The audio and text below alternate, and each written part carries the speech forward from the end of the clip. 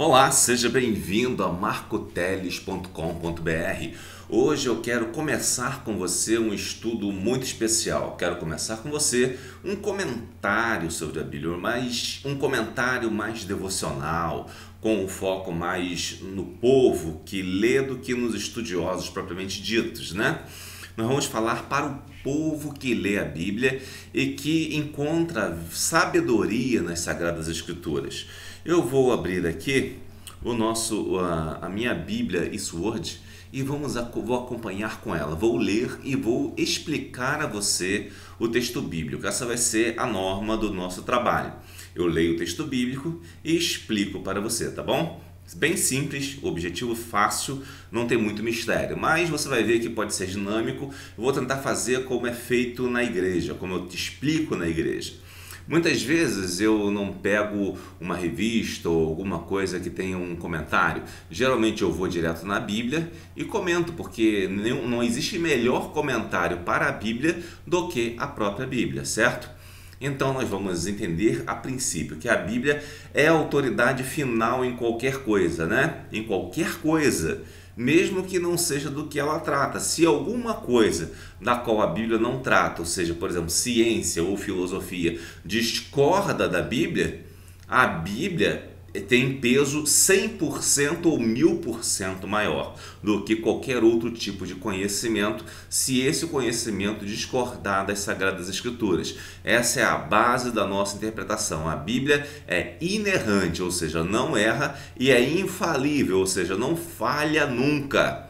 Esses são conceitos básicos que a Bíblia é inerrante e infalível. E se você vai acompanhar esses nossos comentários, se baseiam exatamente nesse contexto, na inerrância e infalibilidade da Bíblia, e não de seus intérpretes, ou minha mesmo, ou de qualquer outra pessoa. A Bíblia é que é inerrante e infalível porque é a palavra de Deus. Então vamos começar já logo de cara. Vamos ver Gênesis 1, capítulo 1 diz: No princípio criou Deus os céus e a terra. A terra, porém, estava sem forma e vazia. Havia trevas sobre a face do abismo e o Espírito de Deus pairava por sobre as águas. E disse Deus: haja luz, e houve luz. E viu Deus que a luz era boa e fez separação entre a luz e as trevas. Chamou Deus a luz dia e as trevas noite. Houve tarde e manhã o primeiro dia. Então esse foi o primeiro dia, né? Interessante que a gente começa a ver aqui uma esfera de coisas, né? Uma esfera de ideias, uma esfera que está no próprio firmamento, né? Vamos entender essa ideia de firmamento. O firmamento seria tudo aquilo que está tem uma base, né? Tem uma estrutura, tem uma coluna para sustentar, né? Vamos dizer assim, não vamos pensar só na ideia de alicerce, não, vamos pensar na ideia de coluna. A coluna também é um firmamento, certo? É uma coisa que firma, que dá firmeza, que mantém algo em pé. Por que eu quero pensar na ideia de coluna? Porque nós vamos tratar dos céus também enquanto estamos falando nisso. E entender que firmamento não é só um alicerce. O firmamento também é algo que pode sustentar algo que esteja suspenso, tá? Então vamos entender isso para a gente poder entender a explicação. Firmamento, portanto, é algo que dá base a outra coisa. Não é necessariamente o chão, ou como diriam outros, o Castro Alves diria, dois firmamentos. O céu, por exemplo, seria um firmamento, né? Que se encontra com o firmamento do mar, lá naquela poesia O Navio Negreiros. Mas é interessante que você pega esse texto e diz: no princípio criou Deus os céus e a terra. Ou seja, no princípio do quê? Do universo, dos céus e da terra. Não no princípio de Deus, porque Deus é eterno. Deus não tem começo, meio nem fim. Deus ele é eterno, não existe tempo para Deus. Embora Deus ele atue no tempo em que nós vivemos como homens, para Deus em si o tempo é insignificante. Por isso que se diz que para Deus 1000 anos é como um dia e um dia como 1000. Isso não significa também que seja alguma coisa como se voltasse no tempo a toda hora e ficasse alterando as coisas, como nós vemos em filmes de ficção científica. Deus não se intromete no destino da humanidade assim. Muito pelo contrário, Deus já sabe o que vai acontecer e Ele já decretou há muito tempo a sua vitória. Então, portanto, para Deus propriamente, não existe o início. Quando Deus surgiu? Não existe, Deus sempre existiu. Essa é a melhor explicação. E a explicação, aliás, mais lógica possível. Deus sempre existiu. Porque alguma coisa tinha que existir desde sempre. Senão nada existiria, certo? Não poderia começar a surgir uma única coisa sequer.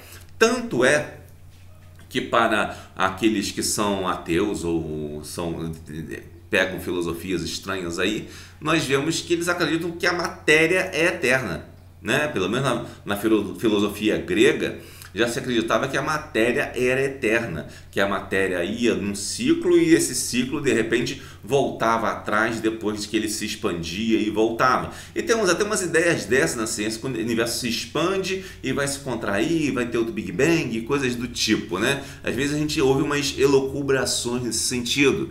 Mas ainda que fosse, Deus é eterno, Deus não está sujeito a isso, tá?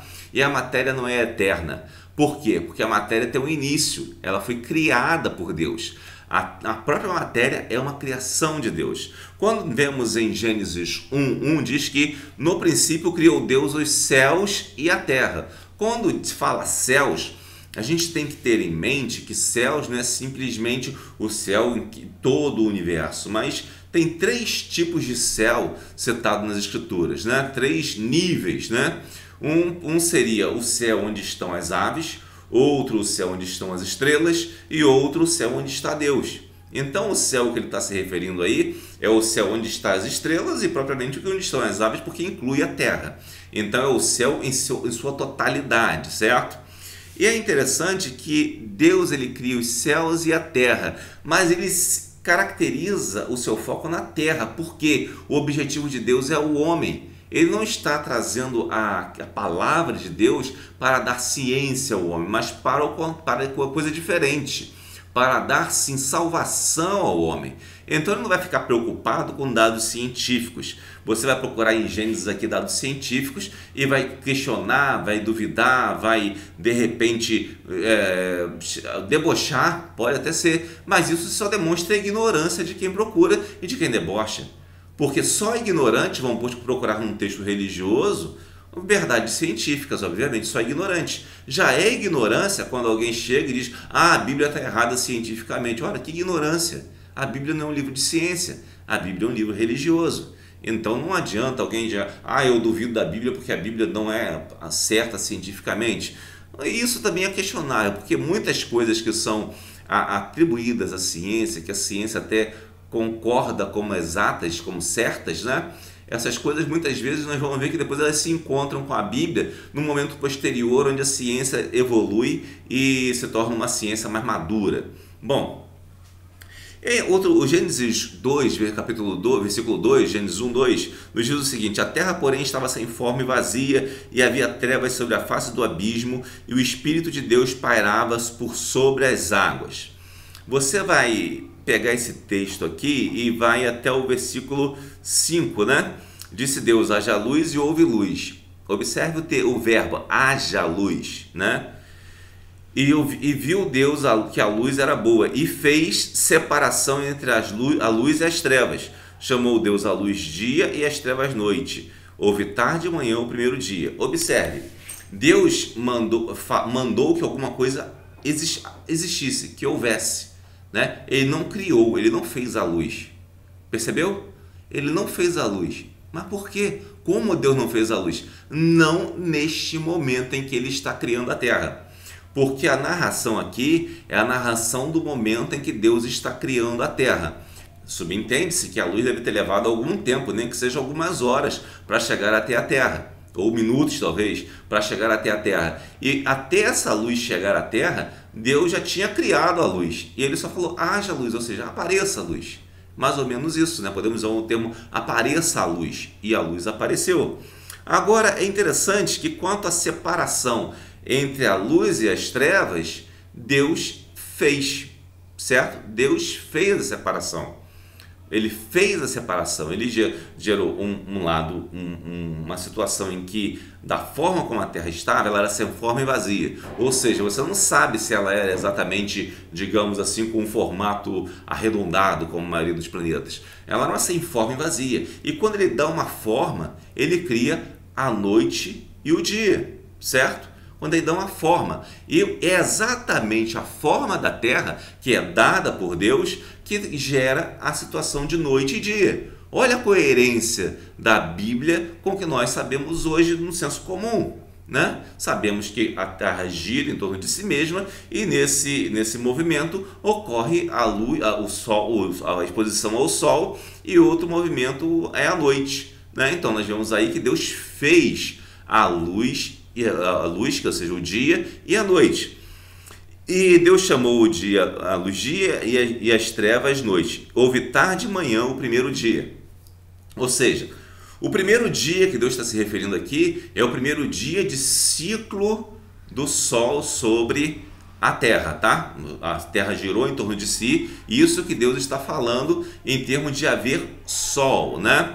Deus não está se referindo aqui a outro tipo de questão, como se fosse o primeiro dia da criação. Não, esse é o primeiro dia da criação da Terra. E é possível que se refira também a uma criação propriamente de todo o universo aqui. Mas o Gênesis não deixa claro isso, porque na verdade o interesse dele é falar aos homens que foram criados por Deus e que precisam ouvir sua mensagem de salvação. Quem escreveu Gênesis, abrindo um parênteses, foi Moisés, para o povo de Israel que tirou do Egito. Quando tirou esse povo do Egito, Moisés escreveu o Gênesis para mostrar a este povo de onde eles vinham, de Abraão, Isaque e Jacó, que eram servos do Deus vivo que criou os céus e a terra, certo? Então nós vemos aí as bases da nossa fé, de certa forma, também em Gênesis, iniciando ali em Gênesis, e que foi orientar o povo de Israel quanto a isso.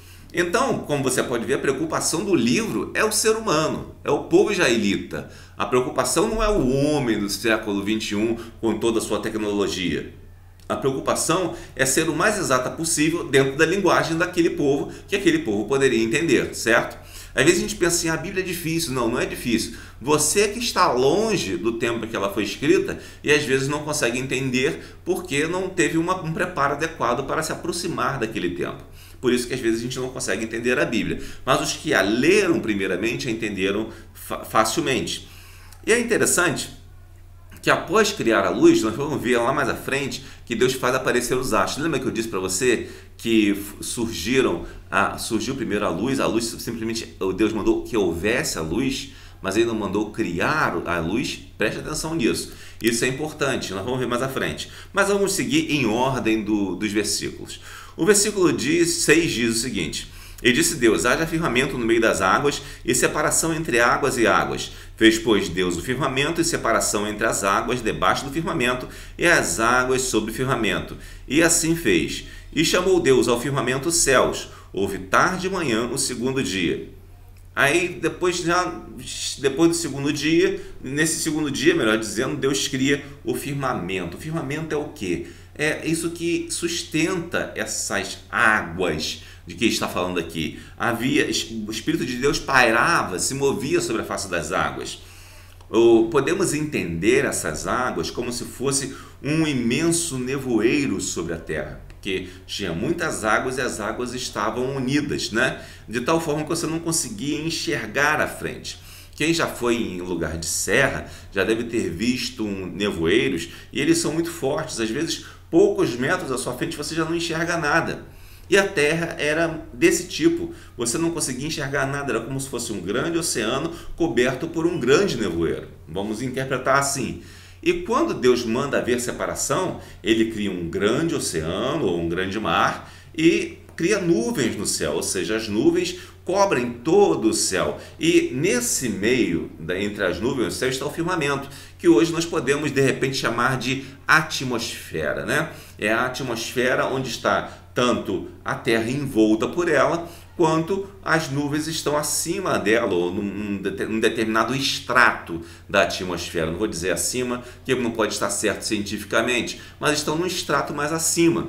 Então, esse firmamento é essa coluna que sustenta as nuvens e também a Terra que está envolvida pela atmosfera. Olha que interessante também. Naquele tempo, muito antes de Ptolomeu ou de outros, já se entendia que o céu, que essa atmosfera, seria o firmamento, né? Explicando assim de forma bem leiga, né? Sem entrar em detalhes científicos. Já se entendia que essa atmosfera era um firmamento, que cobria a Terra e que dava essa sustentação entre o céu e a Terra. Claro que de forma bem rudimentar Deus mostrou isso, mas mostrou nas Escrituras. E continuando ainda, nós podemos ver que no versículo 9, disse também Deus: ajuntem-se as águas debaixo dos céus num só lugar e apareça a porção seca. E assim se fez. Observe, Deus mandou e foi feito, né? Deus mandou subir e subiu, simplesmente pelo poder da sua palavra. Ele mandou subir a terra, né? Nós entendemos hoje que a terra subiu e rasgou-se, provavelmente, e criaram as porções molhadas, os mares, e as porções secas, que foram as montanhas e que foram também em níveis, né? Desde o nível do mar até o nível mais alto, certo? Então acho que isso não tem muito mistério para se explicar, que eu acho que até é uma coisa bem pacífica entre nós hoje em dia. E depois disso, nós vemos que Deus criou as águas e os mares e as montanhas, e além disso, Deus disse ainda: produza a terra relva. Isso já em outro dia, quando ele mandou criar a terra, né? A terra, pois, produziu ervas que davam semente segundo a sua espécie, e árvores que davam fruto, cuja semente estava nele, conforme a sua espécie. E viu Deus que isso era bom. Aqui traz uma coisa interessante, que é um termo, né, que produz as ervas que deem semente. A terra, pois, produziu relva, ervas que davam semente segundo a sua espécie. Ou seja, Deus criou tudo conforme a sua espécie, certo? Foi conforme a espécie de cada coisa que Deus criou. Deus não criou uma coisa a partir de outra espécie, como dizem por aí. Dizem, por exemplo, que o homem veio de um peixinho, que depois virou um sapo, que depois virou um réptil, que virou um não sei o que virou um dinossauro, que virou um macaco, e por aí vai, né? Não é isso, né?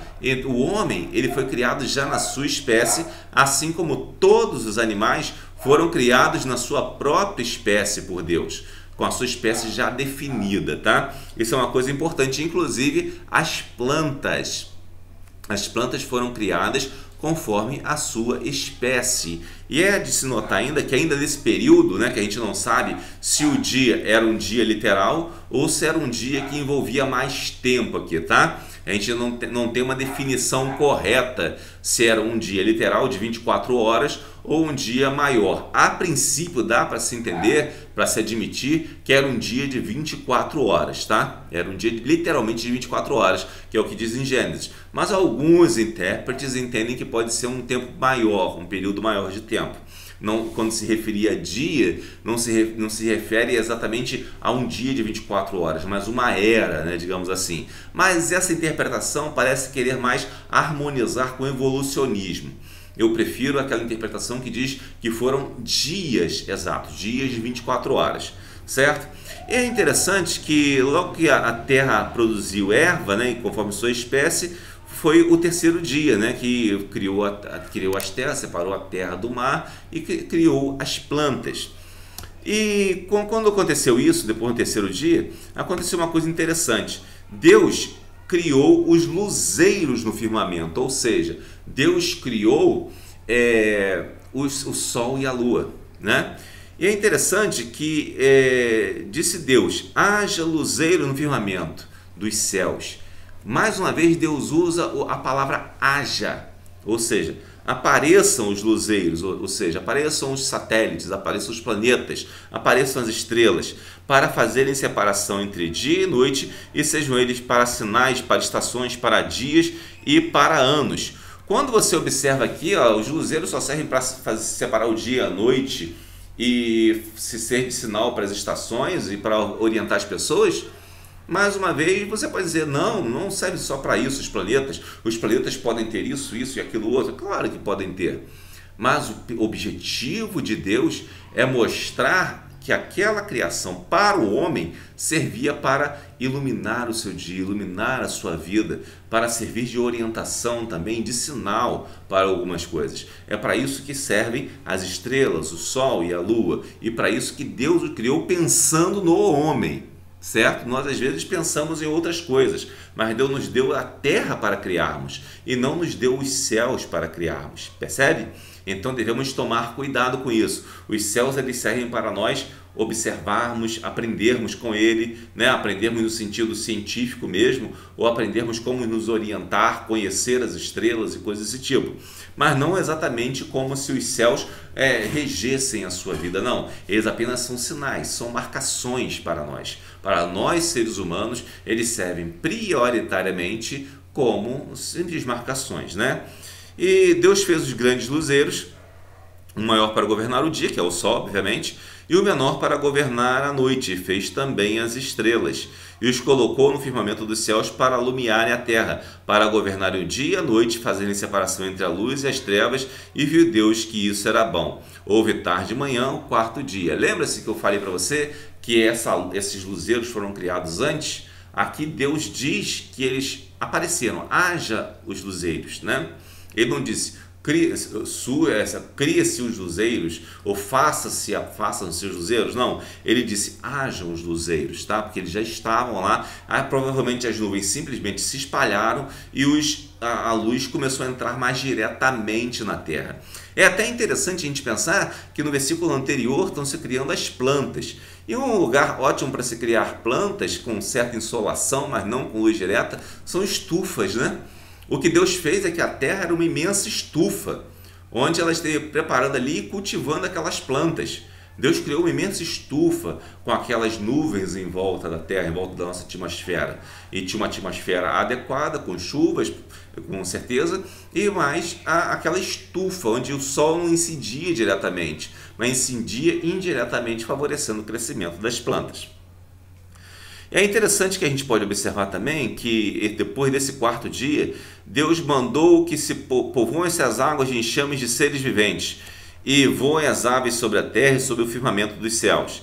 Criou, pois, Deus os grandes animais mamíferos e todos os seres viventes que rastejam, os quais povoavam as águas segundo as suas espécies e todas as aves segundo as suas espécies. E viu Deus que isso era bom, ou seja, o que era da terra, Deus criou, Deus mandou criar, Deus criou e fez surgir. O termo é dito assim, Deus criou e os abençoou e disse, sede fecundos e multiplicai-vos. Então nós vemos aí mais uma vez Deus criando, inclusive segundo a sua espécie, todos os animais e todos os seres marinhos e viventes segundo a sua espécie.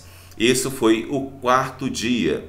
No quinto dia, nós também vemos que Deus mandou a terra produzir seres viventes. Isso ali foi o dia anterior, foi o quarto dia. Deus criou animais marinhos, né? Melhor dizendo. Nesse último dia, nesse quinto dia, Deus, sexto dia, melhor dizendo, criou os animais terrestres. Esses animais terrestres incluem-se o homem. Mas é interessante que os animais terrestres, que incluem os mamíferos e outros animais, e é interessante que o termo répteis aqui não se refere ao termo réptil da nossa ciência atual, da nossa biologia atual. Réptil era todo aquele animal que rasteja, que inclui inclusive os insetos e até alguns anfíbios, tá? Réptil aqui é todo aquele animal rastejante e não uma classe de animais. Aliás, essa classe réptil foi criada depois, obviamente, né? Foi uma classificação posterior e não logo de início. No início, os animais que rastejavam, que incluíam insetos, vermes e outros animais, eram os animais que Deus criou, que eram os rastejantes, que seriam os répteis. E é interessante que Deus dá um lugar especial para o homem. Deus diz: façamos o homem à nossa imagem, conforme a nossa semelhança, e tenha ele domínio sobre os peixes do mar, sobre as aves do céu, sobre os animais domésticos, sobre toda a terra e sobre todos os répteis que rastejam sobre a terra. Ou seja, Deus deu ao homem o domínio sobre a terra e sobre todos os animais que estão sobre a terra, né? Que estão sobre a terra. E com isso, ele também fez o homem à sua imagem e semelhança, né? Imagem e semelhança, ou seja, você é a imagem de Deus e ao mesmo tempo é a semelhança de Deus. Existe uma discussão aí que as pessoas tentam interpretar pensando: Deus é espírito, se é espírito ele não tem forma, né? Como se fosse um tipo de gás, né? Ou um tipo de vapor, né? Não, mas não é bem assim. Quando Deus fez a sua imagem, é porque ele fez exatamente a sua forma. E nós vamos ver mais à frente que Adão teve um filho, a sua imagem e semelhança também. E Jesus, quando nasceu, ele nasceu em forma humana. E Jesus, portanto, não poderia nascer em forma inferior à forma de Deus. Então, portanto, a forma da imagem de Deus é a imagem que nós temos mesmo, antropomorfismo. Você gostando ou não, é antropomorfismo mesmo que nos ensina a Bíblia, tá? E é interessante dizer que quanto à semelhança é aquele que se parece no sentido espiritual, né? A imagem está mais ligada à forma, à aparência propriamente dita, e a semelhança está ligada mais à espiritualidade do homem. O homem é um ser espiritual como Deus, mas por outro lado, ele é um ser que recebe uma forma material. O homem é uma coisa só, né? A alma e espírito é uma coisa só, né? Mas quando nós morremos, isso é separado, mas quando Jesus vier, nós nos uniremos de novo com o corpo glorificado, ou seja, somos uma coisa só. É apenas um momento transitório, nesse momento em que estamos vivendo uma época de pecaminosidade, num período em que a humanidade está decaída, mas quando Jesus voltar, ressuscitarão todos com o corpo glorificado. Então entendamos que o homem é um ser corporal, e por isso que a imagem e semelhança de Deus, corpórea do homem, se reflete o que Deus é. Reflete o que Deus é. E por isso Satanás tem tanto ódio do homem, porque nós lembramos a Satanás quem é Deus e como Deus é bom para conosco, nos dando a possibilidade de aceitarmos a Jesus e sermos salvos. Continuando ainda, como Deus criou o homem à sua imagem e semelhança, lá no versículo 28, Deus os abençoou e lhes disse: sede fecundos, multiplicai-vos, enchei a terra e sujeitai-a, dominai sobre os peixes do mar, sobre as aves do céu e sobre todo animal que rasteja pela terra. E disse Deus ainda: eis que vos tenho dado todas as ervas que dão semente e se acham na superfície de toda a terra, e todas as árvores em que há fruto que dê semente, e isso vos será para mantimento, e todos os animais da terra e todas as aves do céu, e a todos os répteis da terra em que há fôlego de vida, toda a erva verde lhe será para mantimento. E assim se fez. Claro que isso aqui ocorreu antes da queda do homem, quando a própria criação sofreu as consequências do pecado humano, porque o homem era responsável pela criação, como Deus dá essa responsabilidade aqui. E Deus ainda diz no versículo 31 que ele viu tudo quanto fizeram, e o que fizeram era muito bom. Houve tarde e manhã o sexto dia. Ou seja, Deus, ele criou as coisas boas, perfeitas, agradáveis. Mas o pecado humano veio destruir essa perfeição de Deus. E nós vamos ver agora, vamos pegar só 2 versículos aqui do capítulo 2 de Gênesis, que eu quero terminar essa narrativa no capítulo 2, 1 e 2, para a gente poder entender algo interessante. 1, 2 e 3. Então assim foram acabados os céus e a terra e todo o seu exército, ou seja, tudo que existia no céu e da terra, né? Todo o seu componente, tudo que habitava os céus e a terra. E havendo Deus terminado no dia 7º a sua obra que fizera, descansou nesse dia de toda a sua obra que tinha feito. E abençoou Deus o 7º dia e o santificou, porque nele descansou de toda a obra que, como Criador, fizera. Bom, vamos entender aqui, Deus cria o dia de descanso para o homem. Por quê? Porque Deus descansou porque ele estava cansado. Não, Deus não se cansa. mas Deus quis dar uma lição ao homem de que você tem que trabalhar, concluir a sua obra e depois parar para observar, para curtir mesmo a sua obra. De que adianta você trabalhar de segunda a segunda e não ter um dia de descanso para desfrutar do que você construiu? Não adianta nada. Você pode construir uma fortuna imensa e não te servirá de nada. Jesus diz: de que adianta o homem ganhar o mundo inteiro, mas perder a sua alma? De nada. Então, quando Deus ele descansa, não é no sentido de descansar de que estava cansado, mas no sentido de que parou da sua obra, de que deixou de fazer porque estava completa, certo? E é interessante que nós, seres humanos, precisamos de uma noção de que as coisas estão completas, porque senão estaremos sempre ansiosos. E Deus nos dá uma saída para a ansiedade, que é o próprio dia de folga. Interessante, né? Se você tem um dia de folga, você poderá ter uma cura melhor da sua ansiedade, se você tem ansiedade com alguma coisa. E Jesus diz: não estejais ansiosos por coisa alguma, porque Deus cuida até dos passarinhos, por que não vai cuidar de você? Não é? Então é interessante que a gente veja que descansar, o dia do Senhor, o dia do descanso, ele inclui especialmente que você se dedique a entender que as suas coisas estão completas, que você completou aquele ciclo, que você foi bem sucedido naquele ciclo. Se você foi bem sucedido, é uma etapa que você conquistou. Coloque na sua vida como uma meta cumprir aquela semana fazendo tudo o que você se propôs para descansar no sétimo dia, ou outros dias que tem muitas variações de horário de trabalho em geral. Mas geralmente, acho que a grande maioria das pessoas folgam no domingo, por exemplo, ou em outro dia da semana. Agora, quando se é sábado ou se é domingo, há uma discussão aí. Se você for olhar na Bíblia, você vai poder ver que esse sétimo dia, ele pode não ser exatamente o sétimo dia do judeu, né? O sábado, né? Ele pode muito bem ser um domingo, por que não, né? Por que não? Pode ser. Porque quando você olha a Bíblia, por exemplo, lá em Josué, e quando eles estavam lutando contra a cidade de Ai, Deus fez o sol parar quase um dia inteiro. E quando o rei Ezequias estava quase morrendo e pediu a cura para Deus, Deus deu como sinal para ele voltar o sol para trás. Ou seja, falta um dia nessa história.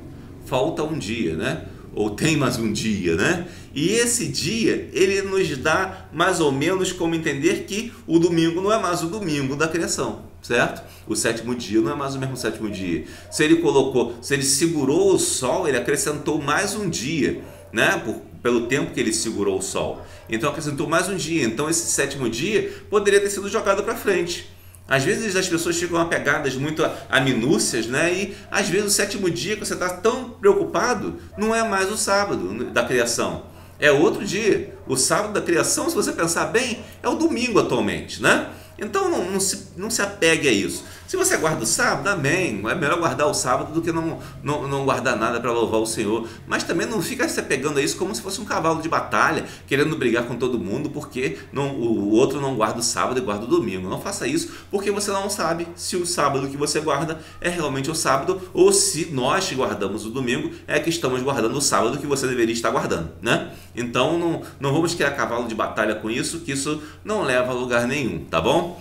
Então esse foi o estudo de hoje sobre a criação, sobre Gênesis, melhor dizendo, e enfatizando a criação de Deus. Espero que eu tenha sido claro, que eu tenha conseguido transmitir a mensagem. Deixe seus comentários, compartilhe, curta, para incentivar o nosso canal a produzir cada vez mais vídeo e ver que vocês estão gostando e que vocês estão aprendendo com a gente. Se vocês estiverem aprendendo, deem sua opinião e digam o que estão achando, se isso está sendo útil para você, se está edificando a sua vida. E se você também não gostou, pode deixar sua reclamação aí, desde que seja civilizada, certo? Se for aquelas reclamações absurdas ou spam de comentário, serão bloqueadas e provavelmente apagadas, tá bom? Mas comentários educados e bem intencionados são muito bem-vindos, mesmo que sejam contrários ao que eu estou dizendo aqui, tá bom? Então que Deus o abençoe rique e abundantemente. Muito obrigado por estar conosco em marcoteles.com.br.